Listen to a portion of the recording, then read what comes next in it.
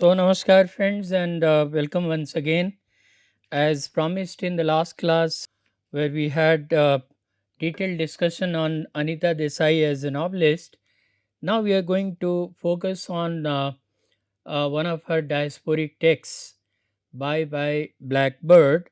This is a novel that was published in 1941, and it delves into the diasporic experience, identity crisis, and cultural conflict of Indian immigrants in post colonial Britain. It's one of her earlier works where the theme of displacement and cultural alienation takes center stage.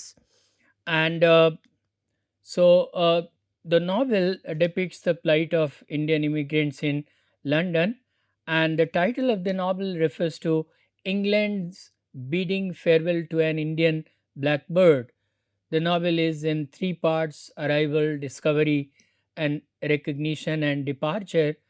And the story revolves around Adit Sen, his English wife Sarah, and his Indian friend Dev.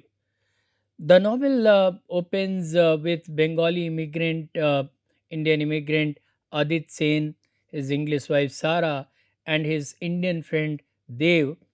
The first part picturizes Adit as an admirer of England because of its environment, clubs, coffee houses, buildings, etc. Dev, who has come to London for his studies in economics, hates and criticizes England. So, friends, through these two characters, Dev and Adit, the novelist tries to, document the experiences of diasporic people. And the first time you go abroad, the initial reaction is that of awe and fear at the same time. You are in awe of its, being different, massive. Like if you are going there for a small period of time or short period of time, probably you may not be feeling the kind of problems that other people feel who live there for a longer period of time. So the initial reactions are different, but when you live in a place for longer, then you get to realize the problems and challenges. It's like you go to some tourist places, let's say some hilly areas or hill stations, and you always feel that the weather is so good, it's so soothing and calming, and the nature is so unravished, and the whole thing looks so beautiful, pastoral, and you feel like being in heaven. And then you believe that the people who have been living there, they are living in paradise, and their life is full of happiness and full of natural wonders all the time. But then you ask the locals, and they will talk about the challenges rather than the beauties of the place, because living there for a longer period of time, they have realized what problems they have to face on a daily basis.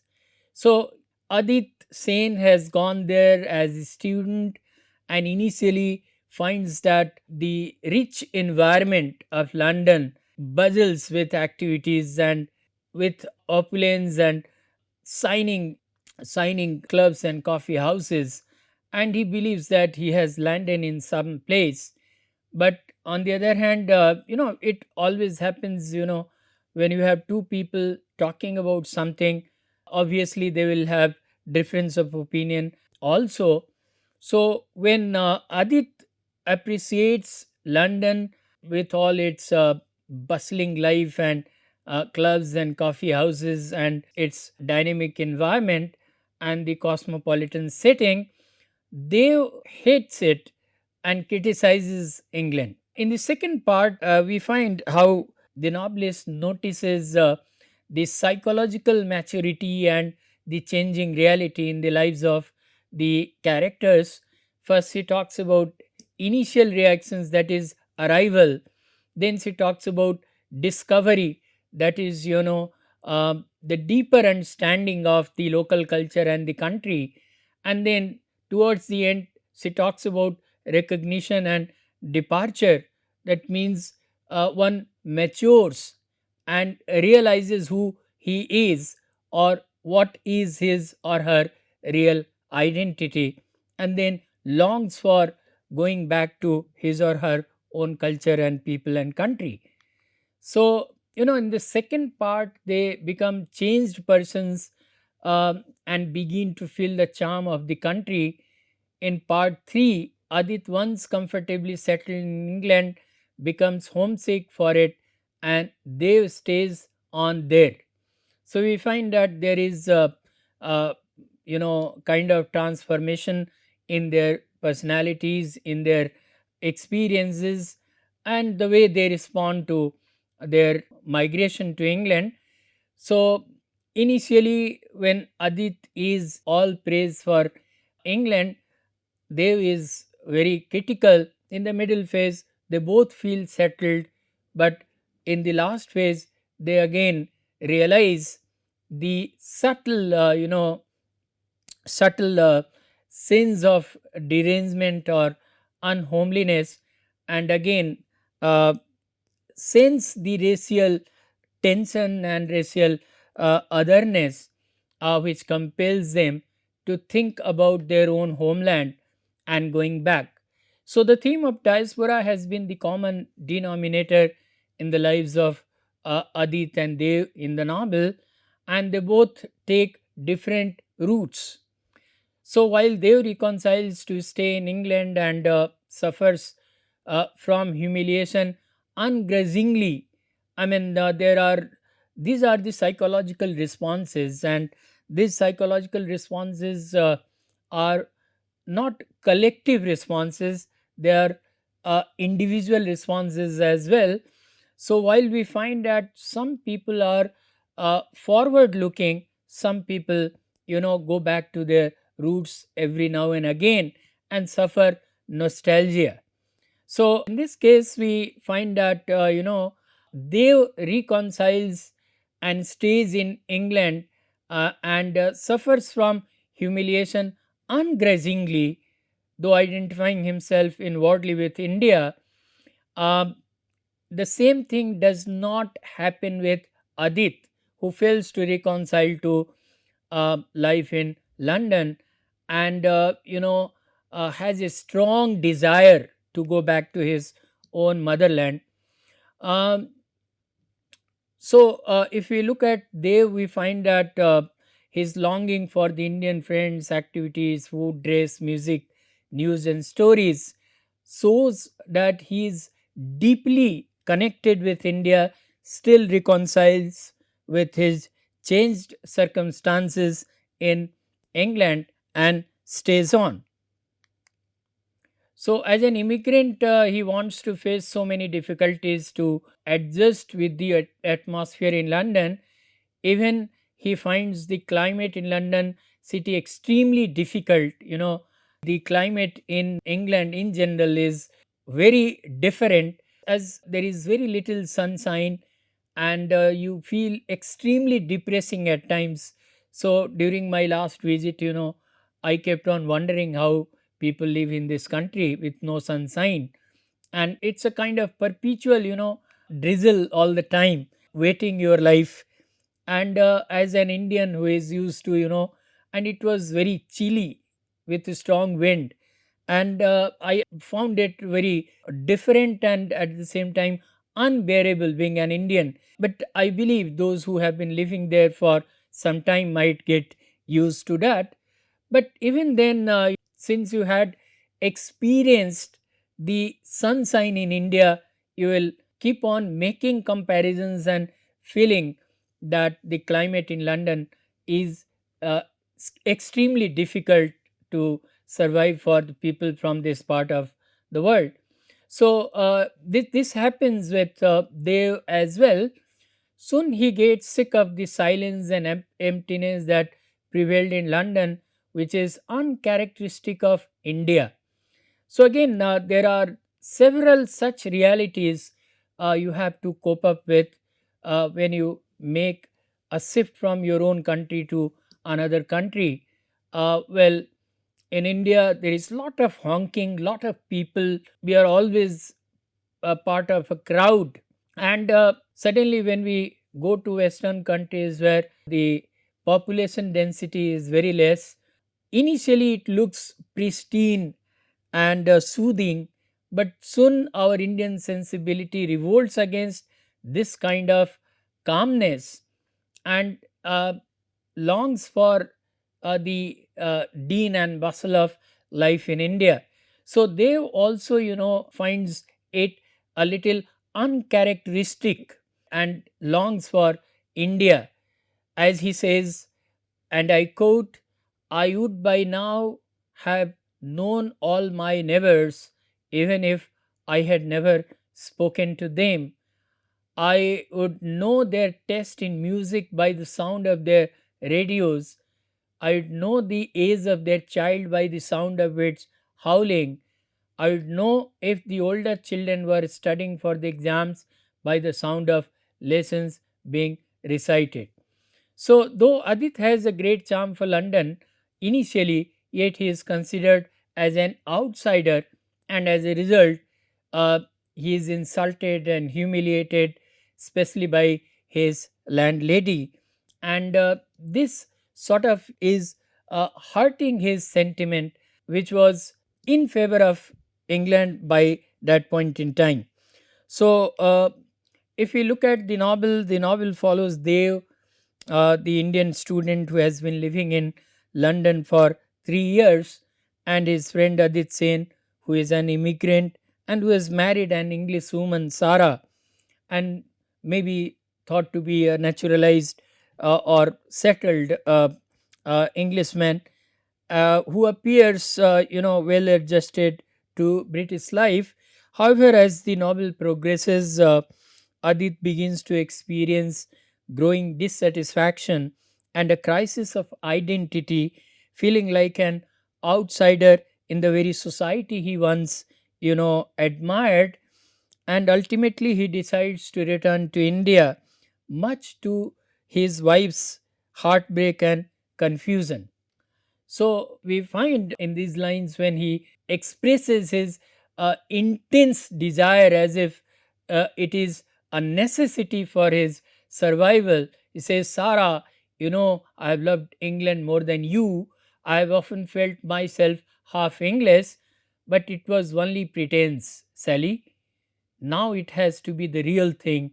I must go, you will come.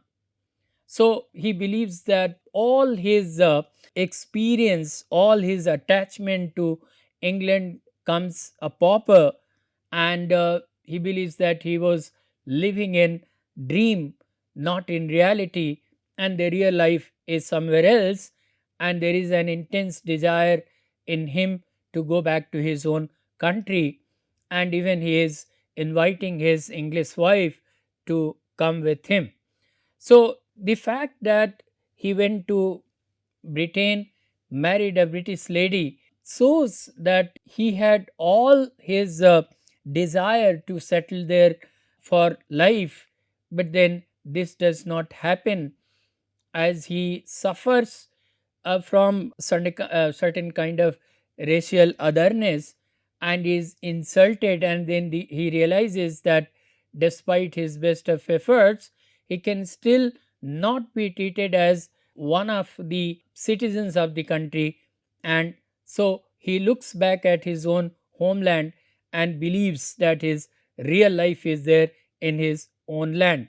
So themes of displacement and alienation, longing for home and belonging, otherness, nostalgia, all fill the pages of this novel. When we talk about displacement and alienation, searching for an identity in an alien culture, Dev feels lost and suffers from alienation. He becomes a victim of alienation as his conception and perception are at variance with the reality of his experiences. He compares and relates everything to India. But finally, we find that he is resilient enough to survive and decide to stay on. Similarly, Adit is disillusioned with England, although initially we find that he is all praise for England and is settled there happily, even having an English wife. The England he loves so much in part 1 and 2 of the novel is looked down upon in part 3, a kind of metamorphosis in the life of a diasporic. Despite having been settled there for quite some years, he is still a misfit. He feels himself a stranger in England and realizes his alienation from the English people. He frankly admits to be a stranger, a non belonger in England, as Krishna Vemi, observes. So his sense of non belonging, loneliness, and alienation force him to tell Sarah that he wants to go back to India. And he declares, and I quote, "No, England, England. I've done with England now, Sarah. I'm going back." Finally, he declares his decision to go back to India. I quote, "I can't live here anymore. Our lives here, they have been so unreal. Don't you feel it?" Well, he needs to understand that Sarah is from that land and she will not have the same feeling as he himself has. But nonetheless, he is asking this question from her. They have been so unreal, don't you feel it? Little India in London, all our records and lamb curries and sing songs, it's all so unreal. It has no reality at all. We just pretend all the time. I'm 27 now. I've got to go home and start living a real life. So, this is, where we find Anita Desai entering the psyche of a diasporic and recording his intense experiences of rootlessness and a strong desire to get back to his roots. So it has rightly been maintained that in the novel, tension between the local and the immigrant Blackbird involves issues of displacement, alienation, and accommodation that the migrant has to confront in an alien and familiar world. Dave moves around in London during that summer and he finds himself the bewildered alien, the charmed observer, the outraged outsider, and thrilled sightseer all at once and in succession, as observed by Fatma. So, as I said, there are mixed feelings when you go abroad because, sometimes you are bewildered and sometimes you are thrilled and sometimes you are also outraged. So there are moments when you feel you belong to the place or you feel like living there forever, and there are experiences that make you think whether this will be possible at any point in time. So they finds the Western culture devoid of warmth of love and togetherness as he finds in the social atmosphere of India. It is difficult for him to find the reserved behavior of English who confine themselves in their own houses. The English habit of keeping all doors and windows tightly shut, guarding their privacy as they guarded their tongues against speaking and their throats from catching a cold, remains incomprehensible to him. So let's see, the diasporic people, they have to grapple with two realities simultaneously: the reality that they have left behind and the reality that they have to face, and it leaves them torn between these two, as the one is uh, out of reach for them at the moment, the other one looks equally distant.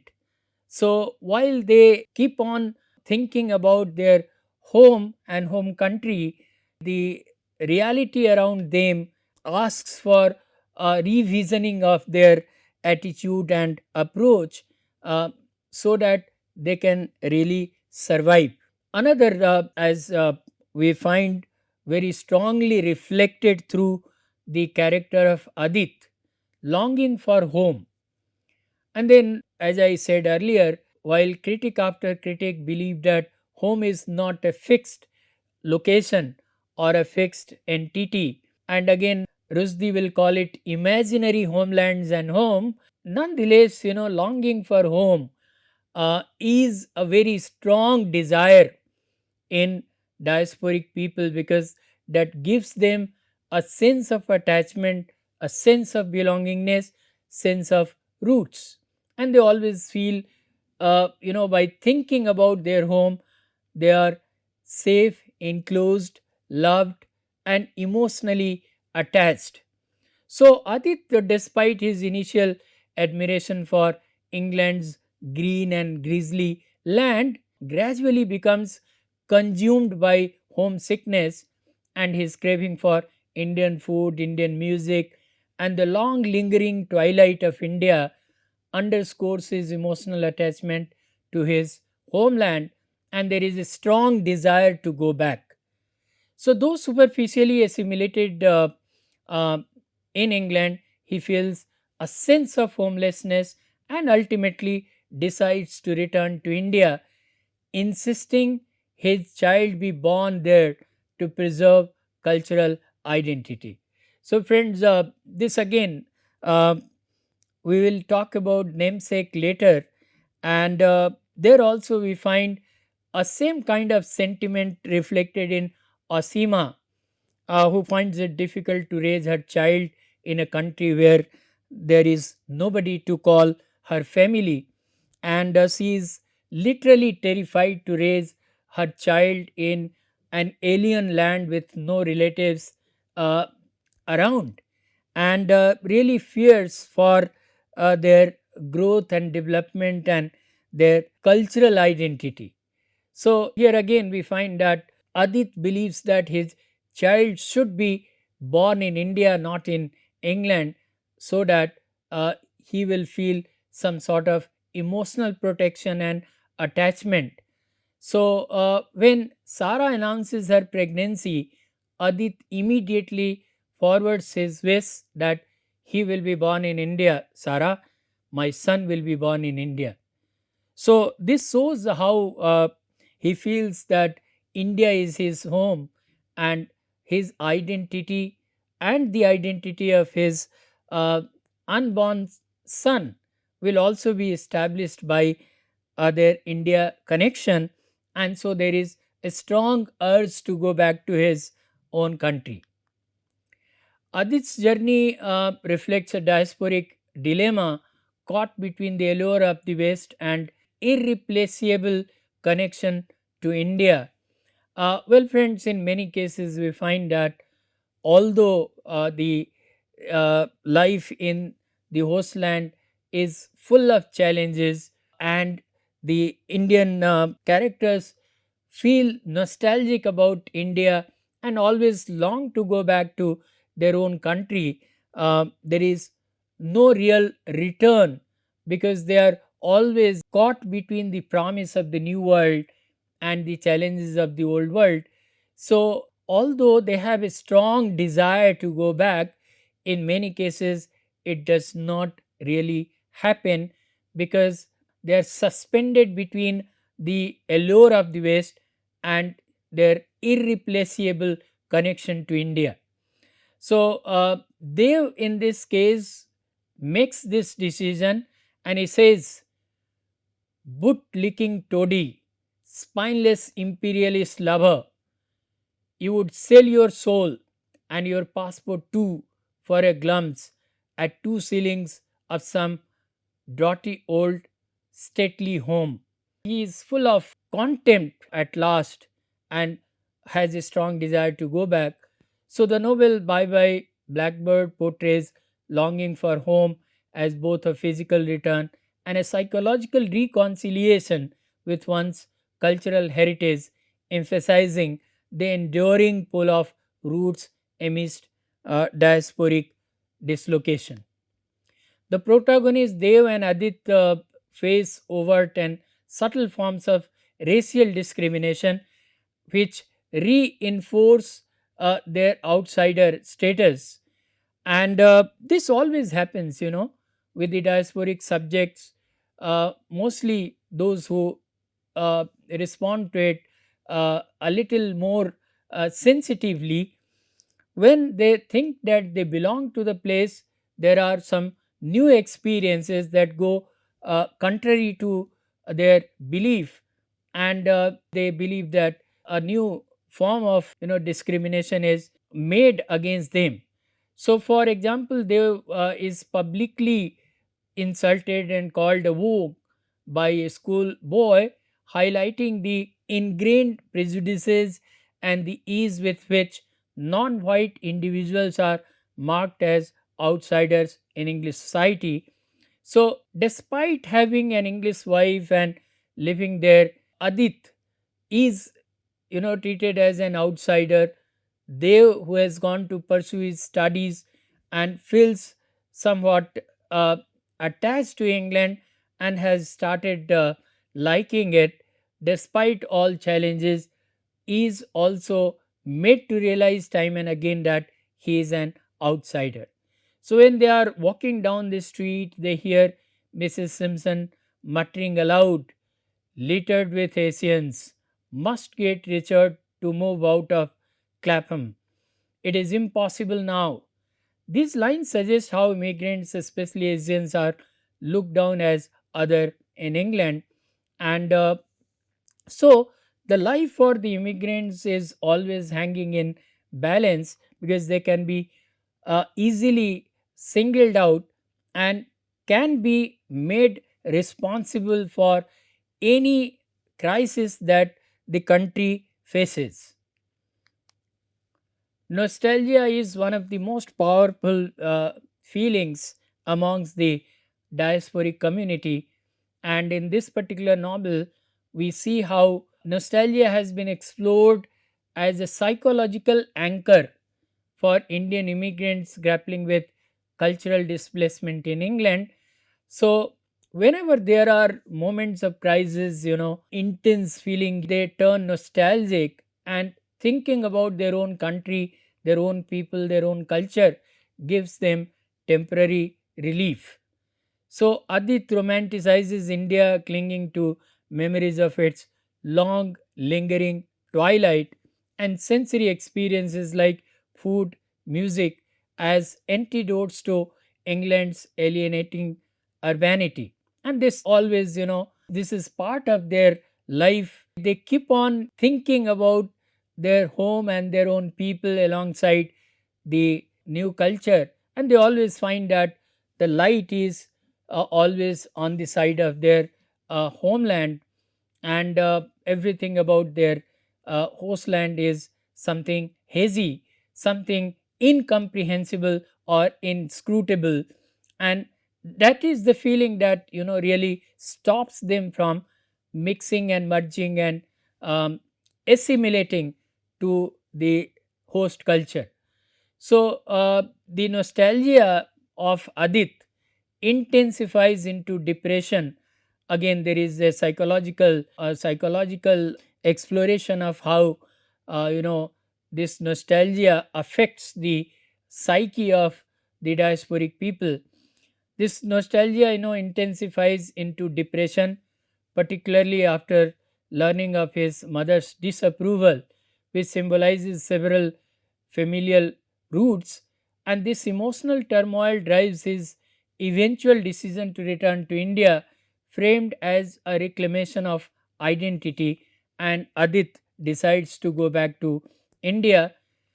Dev oscillates between resentment toward England and a pragmatic acceptance of his immigrant reality. While he mocks Adit's idealism, his own nostalgia surfaces in moments of alienation, such as his discomfort with London's jungly rhythm and his yearning for India's communal warmth. So it's not that Adit is the only one who suffers nostalgia, but Dev, who apparently criticizes Adit for romanticizing India and mulling to go back to India. He himself has his moments of despair and alienation, and underneath suffers nostalgia.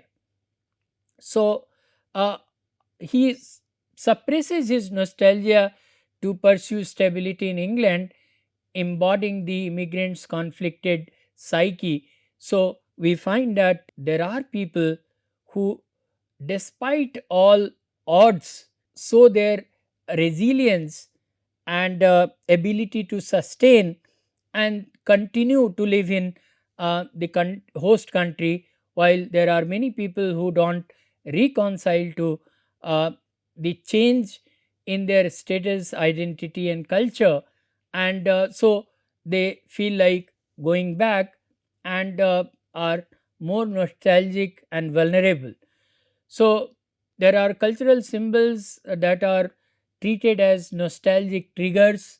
All of us know that our psyche responds to the smells, to the tastes, and it is through music, through some cultural practices, through cuisines, that we always feel connected to our land and our people. So in this novel also we find how food has been used as a cultural symbol, which triggers nostalgia in the diasporic characters. So Adit's craving for Indian spices and Sarah's attempts to cook curries symbolize a bridge to lost cultural belonging, while Sarah is trying to, bridge the gap between West and East by trying to work out a concoction that works for both of them, Adit and Sarah. Adit's craving for Indian spices symbolizes that, being in England, he has lost touch with the spice of life itself. So there is another thing, as I said, music.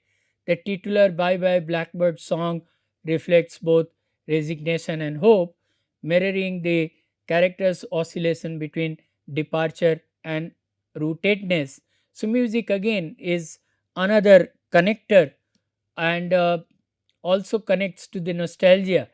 Time, Dev's watch, which he fears has died from an inability to acclimatize, metamorphizes the dislocation of immigrant temporality. So, when you are in the other country, in other time zone, you always find it difficult to reconcile to time in the host country and your own homeland. Even if you have to make, a phone call back home, you will still find it difficult to figure out whether it is good morning or good afternoon or good evening because of the different time zone. Well, now that we are living in a different globalized world of digital technology, maybe many of these superficial divides or many of these divides may have been taken care of, but nonetheless, at the time when Bye Bye Blackbird was written, no, the diasporic community really suffered from this time lapse as well. So there is structural nostalgia also that has been visible in this novel. As I said initially, the novel has three parts: arrival, symbolizing the migration of the people; discovery, that is, understanding of the local culture; and then departure, that it mirrors the diasporic journey from disorientation to self reckoning. And Adit's return to India in the final section resolves his nostalgic longing, while Dev's stay underscores the persistence of unresolved cultural yearning. So, this is a very powerful narrative when it comes to diasporic push and pull. While we find that Adit takes a return journey back home after realizing that he is a perpetual outsider, a misfit, despite having an English wife and living in England for some years. Dev, on the other hand, believes that despite challenges, it is worth living there, and exploring further, so that he can probably garner the benefits and promises of the new land. So, friends, this happens to be one of the most powerful, poignant expressions of diasporic experiences by the pen of Anita Desai, and I hope will add to your understanding of how different people respond differently to the challenges of diaspora, as we see in the case of Dev and Adit. So, these are the references. Thank you very much. See you in the next class.